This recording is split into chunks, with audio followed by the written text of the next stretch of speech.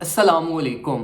आज की वीडियो में हम बीटीसी और कुछ ऑल्ट कॉइन्स के बारे में डिस्कशन करेंगे। मैं आपको गाइड करूंगा कि इस टाइम पे आपको बीटीसी में एंट्री लेनी चाहिए या आपको ऑल्ट कॉइन्स को प्रेफर करना चाहिए। इस टाइम पे डिटेल में हम सारी चीजों को डिस्कस करेंगे और हमारे पास जो लेट नाइट में करेक्शन हुई, जो कि हमारे पास एक क्विक करेक्शन थी और एक एक्सपेक्टेड करेक्शन भी थी। अब ये करेक्शन कहां तक लास्ट करेगी, कहां से आपको मार्केट में एंट्रीज लेनी चाहिए और जो प्लान मैं आपसे शेयर करता रहा था उसके अकॉर्डिंगली अब हमें क्या डिसीजन लेना चाहिए, ये सारी चीजें मैं आपको डिटेल में इस वीडियो में गाइड करूंगा ताकि आप जो है वो एक सेंसिबल डिसीजन मार्केट में ले सको।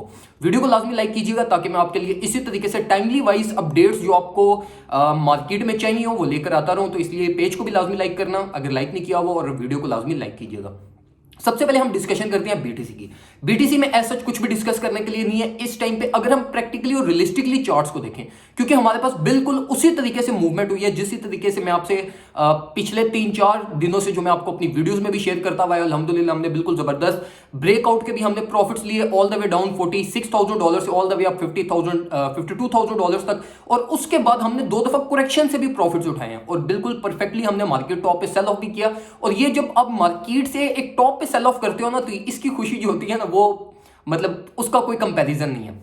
खैर, अगर हम न्यू एंट्रीज की बात करें तो मैंने आपको कुछ गाइड किया था सुबह भी, मैं फेसबुक पे भी पोस्ट करता था, ट्विटर पे भी मैंने आपसे चीजें कुछ शेयर की थी, level of support, level of resistances, कुछ मैंने आपसे वीडियो क्लिप भी शेयर की अपनी प्रीवियस वीडियो से। तो अगर हम उनको कंसीडर करें तो मैं यही एक्सपेक्ट कर रहा हूं कि ये जो हमारी करेक्शन होनी थी एक एक्सपेक्टेड करेक्शन थी, और मैंने आपको इस करेक्शन के बारे में, कुछ बॉट्स ट्रेडिंग के बारे में मैंने आपको गाइड किया था कि जो सेल प्रेशर बॉट्स जनरेट करेंगे आरएसआई की वजह से, वो कुछ $52,000 to $53,000 के बीच में था। बिल्कुल एज पर प्लान उसी तरीके से बॉट सेलिंग हुई और हमारे पास जो है वो मार्केट क्विक करेक्शन नीचे की तरफ लेने की आई।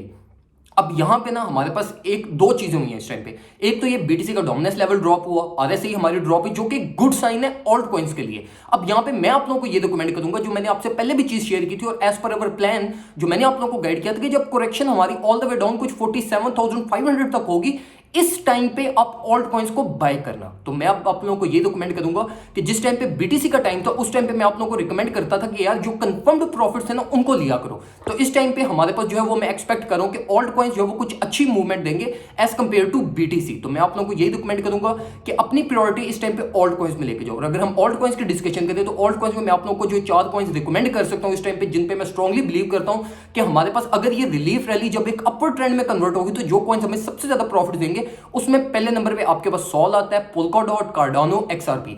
अब आप लोग ये भी यहां पे कहोगे कि मैं यही 4 कॉइन बताता हूं, तो इस टाइम पे ना सिर्फ रियलिस्टिकली अगर हम देखें तो यही 4 कॉइन्स है जो अपना पोटेंशियल बिल्ड कर रहे हैं, जिन्होंने अपनी बेस एक बहुत अच्छे एंट्री लेवल्स पे मेंटेन की हुई है। तो मैं आप लोगों को रिकमेंड करूंगा कि इन 4 कॉइन्स में से एटलीस्ट 2 कॉइन्स लाजमी होल्ड कीजिएगा, और इसके साथ जो है वो एथेरियम या बीटीसी, इन 2 में से किसी एक को जो है ना वो पेयर बना के आप जो है ना वो मार्केट में लेकर चलो और जो है ना वो उसको होल्ड करो।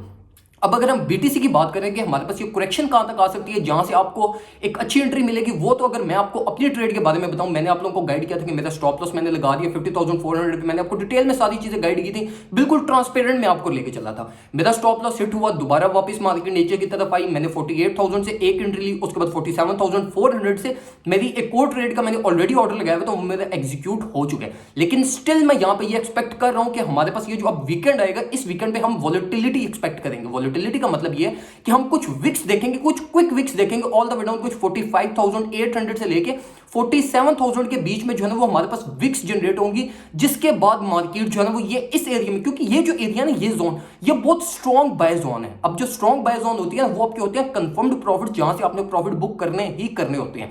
तो मैं एक्सपेक्ट कर रहा हूं कि बीटीसी हमारे पास ऑल द वे डाउन कुछ 45,500 से लेकर 46,800 के बीच में कुछ अपनी विक्स जनरेट करेगा।